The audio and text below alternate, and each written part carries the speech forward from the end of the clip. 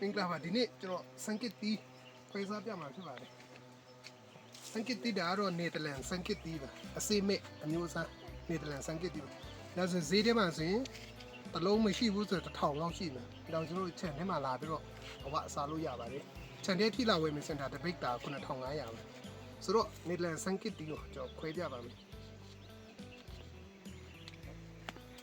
အရေးလေးရွှမ်းဦးကြည့်ပါဦးအရေးတွေလည်းတော်တော်ရွှဲ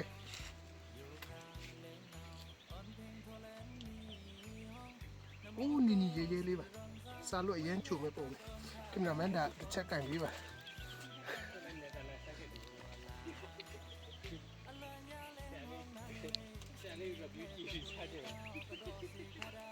အရင်ကောင်းပါတယ်အရေးလည်းတော်တော်ချွမ်းတယ်စံကိဆိုတဲ့အတိုင်းတော်တော်လေးချူတယ်